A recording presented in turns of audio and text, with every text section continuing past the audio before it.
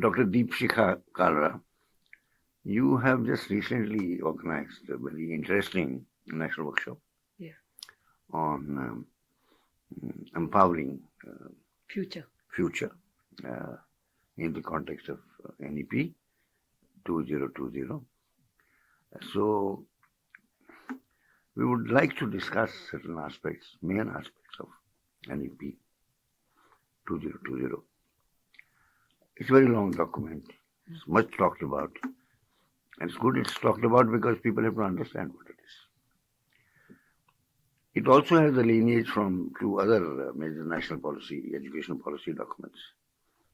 There's the Kothari Commission in 1956, which lasted till 1986, and Dr. Narasimha Rao, then HRD minister, later Prime Minister, took the lead in developing the 1986 policy.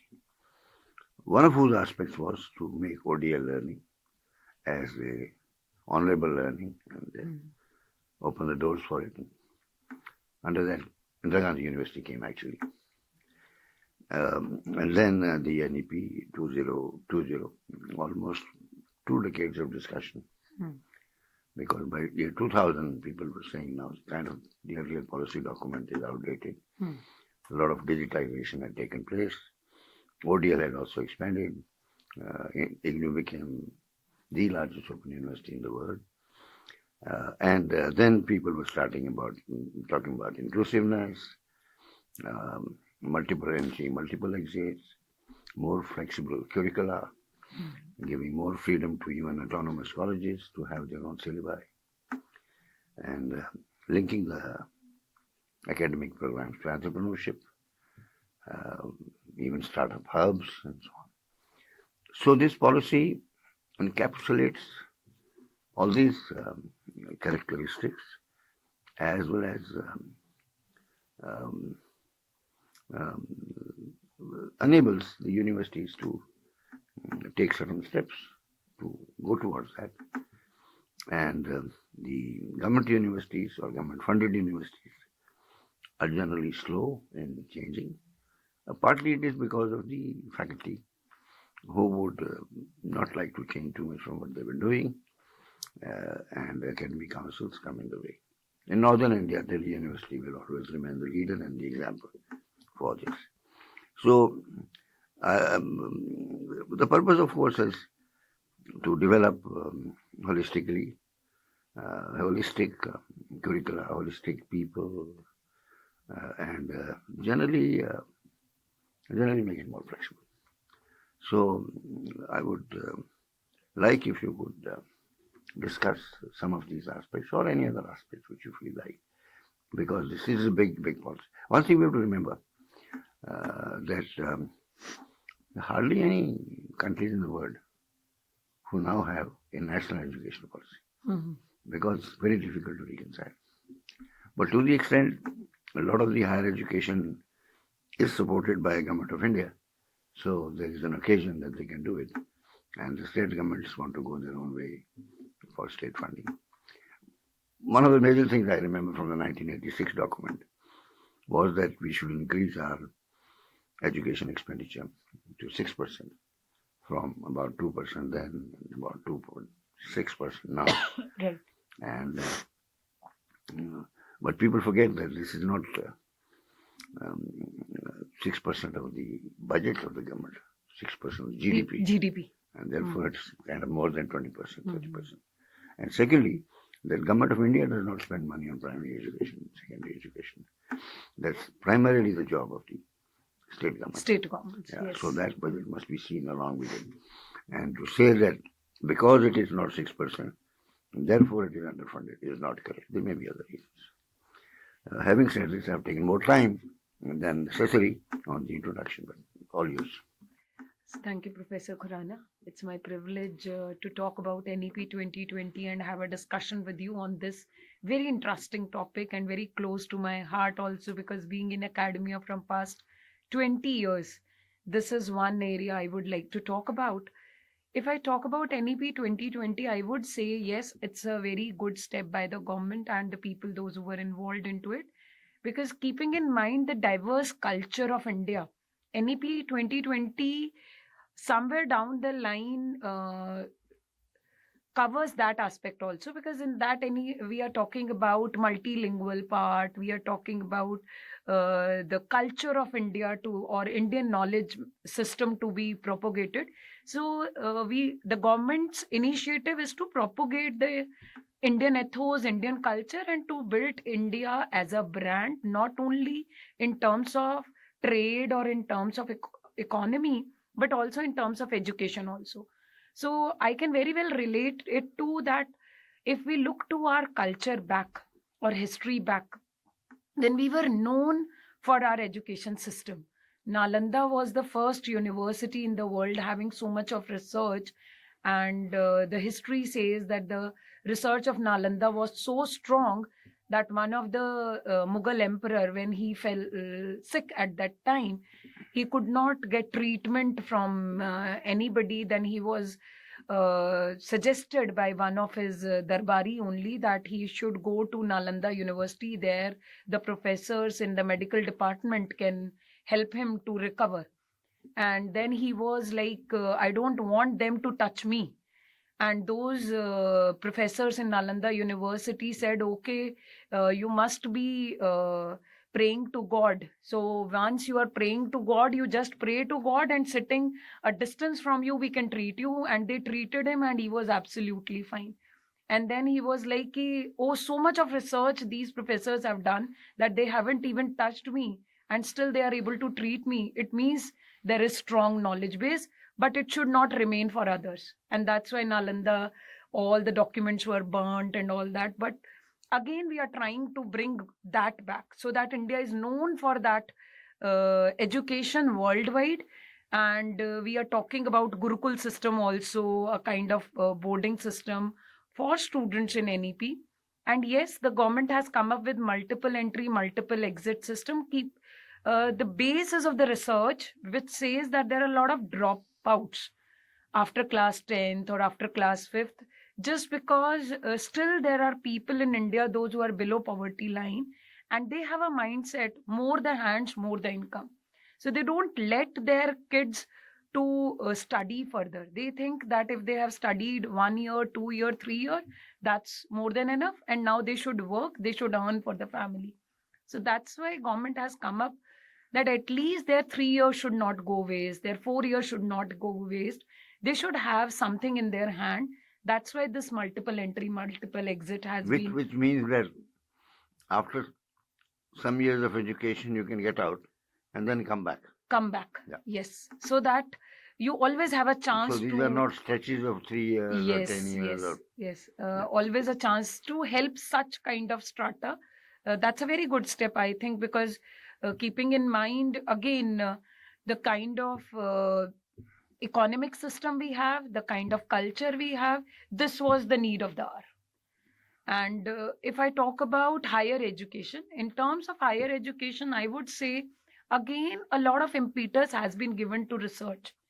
Government has already made a special fund for research only, which will be given to higher educational institutes so that they can invest in research and they can promote their faculty to do more of research, and we are known worldwide for our research and innovation. that is a point where we might delve in a little more. Yes. When Mr.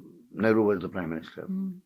and he put a lot of faith in science and technology. Mm. And of course, there were hardly any labs. So he developed this concept of CSIR, Mm. and labs of different subjects were put up different places, quite an expense actually. Right. And I am not going into the education part yet.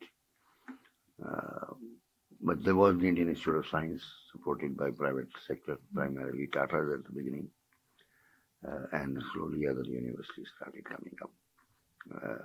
Delhi University and four presidency universities were there. But it created a dichotomous system.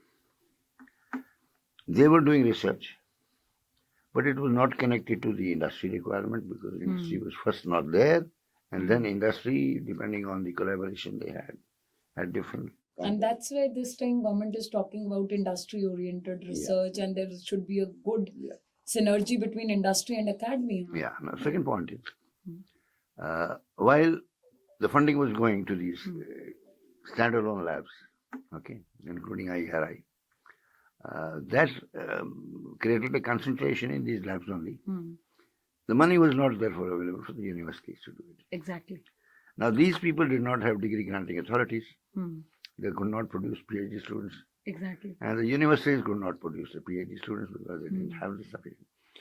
Slowly, they were asked, you become an honorary professor and do it. But that created a link. That destructed the link, actually, which normally is there.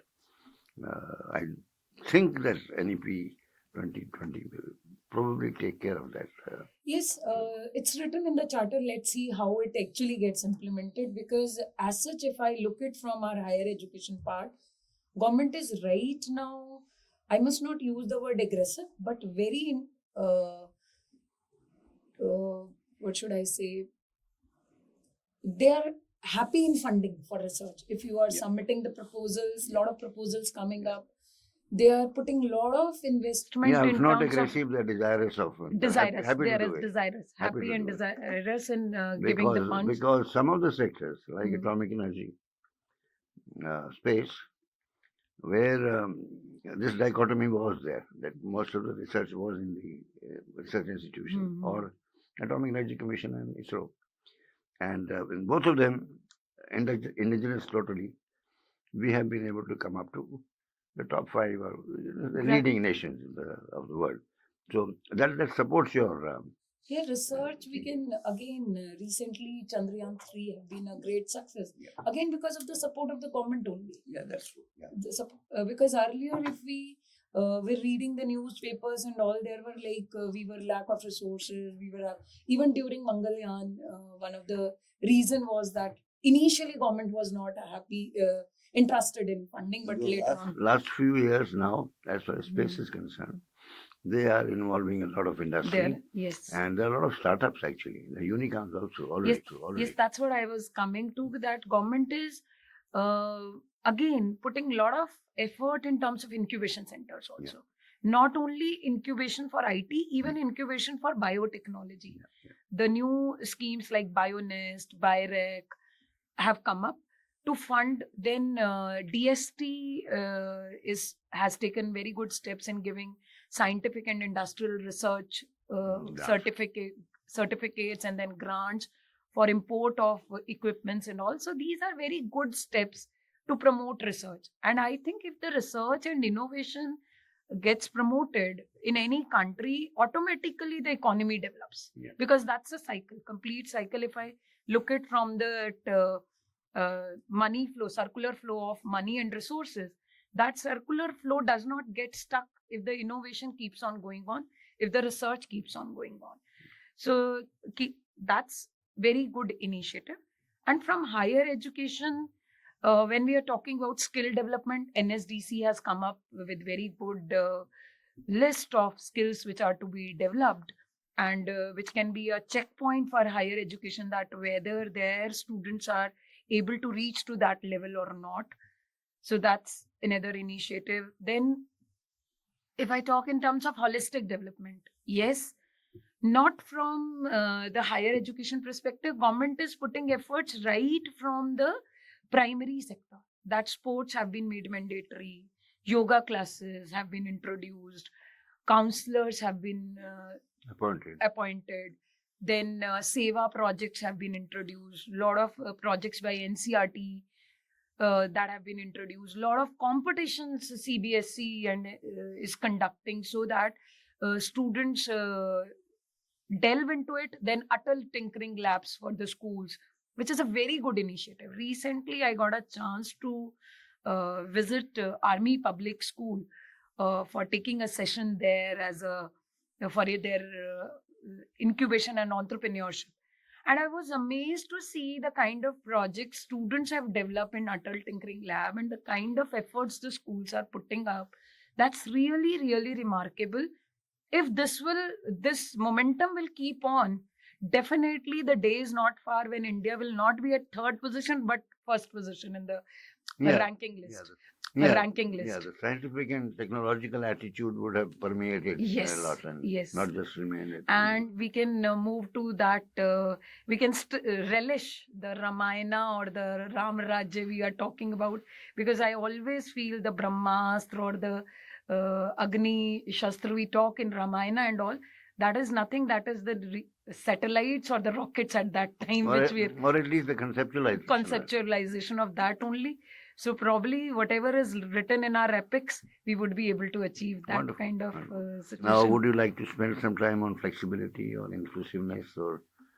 Yes, if I talk in terms of inclusiveness, inclusiveness not only in education, but right now inclusiveness is one topic which is trending in corporates also, because diversity, equity, DEI, we are talking everywhere, and inclusiveness is must, because every strata of your population should have the right to education and should get a chance to study, to read, to write. That is what affordable and accessible we are talking about in this NEP 2020, to bring that inclusiveness.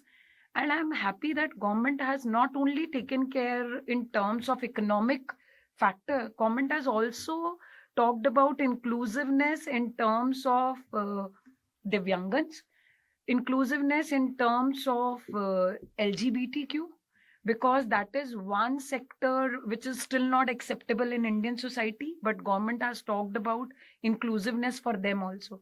So they have touched from demographic perspective also, and they have touched it from the geographic perspective also, so that that inclusiveness could be brought in. It seems you are a fan of NEP 2020. Yes, because see, sir, every coin has two sides, positive and negative. I won't say it is totally positive. Boon bane every time is there, and they should go hand in hand. Only then you tend to improve. But I still feel that it is a good initiative in terms of कि इतने सालों से जो हम एक imagine करते हैं, we used to think about कि India was here, why India has come to this level.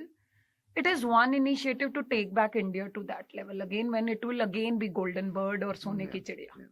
The way I look at it, that basically these NEPs have been enablers. Enablers, right. And so what we or as a nation we get out of it, or education institutions or parents or children, is what is done with it. Obviously, again in India, especially in government-funded institutions, if there is a funding coming from a conduit, which maybe stops at UGC and then again starts flowing, or goes to NCRT or some other mechanism, then things do move. And I think they have put in a lot of money behind it. Exactly. So that is the gravity of ideas. Just like marketing, the margins are the gravity of how the product will go through the retail, even in the small places. So I think there is plenty of gravity in it. Yes. And when the governments change, ideas may change. But the past suggests that Kothari Commission lasted for 30 years. Then NEP 2 lasted for from 86 till 2020. So that's 34 years. So it should last till about at least for 2047. Till 2047, we are talking about Viksit Bharat in 2047. So that's connection. So I think this policy will actually hang on. Yes. Because it would have developed momentum by that time. And then it will become part of the regular funding mechanisms of the government. And given that, the universities will follow it. Exactly. So now we are looking for innovative degrees, 4-year integrated MBA, 4-year BCMCA. What else? 4-year, yes, integrated degrees is another point, but it's a point of debate, I think. It's another point of if debate. The university allows it. The private institution will do it. Yes, but still it is a point to ponder on again, because... I'll tell you what. See, one of the reasons that is 6%, 2.5% and all that is higher education, lots and lots of money expenditure is shifted to private institutions. Private institution enrollments are increasing, always increasing. Now, there's the affordability issue comes. Now, if there is a slack in a 2-year MBA, after a child has done BBA, a lot of that stuff is done there also. It's possible to do an MBA in 1 year. Now, the point which I'm raising is the cost goes down. A 2-year MBA will cost so much, and a 1-year MBA will cost so much. Right. Therefore, people will jump towards that. People will jump, but we should discuss it from the perspective of their development. One side, we are talking about their holistic development. We are talking about their incubation, entrepreneurship, and so many things. And the other side, we are saying 1 year will Master's suffice. degree is not a first degree. No, it's not a So first they degree, they would have done things No. while they're at bachelor's, relax. Still, it is a point to Sure, discuss. sure. We can have it in the next video, because again 40 minutes or 50 minutes required for this one. Really? Okay, okay. That big. So, let's then go towards closing it, unless you want to make a closing comment on it. Closing, yes, I would say it's a good initiative, and as you rightly said, it's an enabler. It will work as an enabler, and it is thought-provoking also for a lot of people, those who were at times started thinking that education or even delivering education is a cakewalk. It's not a cakewalk, because we are building the future. By the way, the ODL has opened up now. Yes. ODL is considered similar. MOOCs up to 40% you can take. So it has become hybrid education. And of course, as we open up more, we can take courses from abroad, different universities and all that. Yes. They'll become more flexible about it. COVID has given us a way that hybrid education can also be a success. Yeah. And it can also be made interesting. And that's why not only India, worldwide, we are talking about hybrid education. If I talk about predictions by Harvard, predictions by Wharton, or MIT, Salient, they all are talking about that future is of hybrid education only. So that paves the way for ODL and of online, offline, or maybe distance learning and regular going together. That's why it's called ODL now. ODL, yes. Oh, it's open. Open. Whatever you want to do. Okay, thank you very much. Thank you. Dr. Kala. Thank you, sir.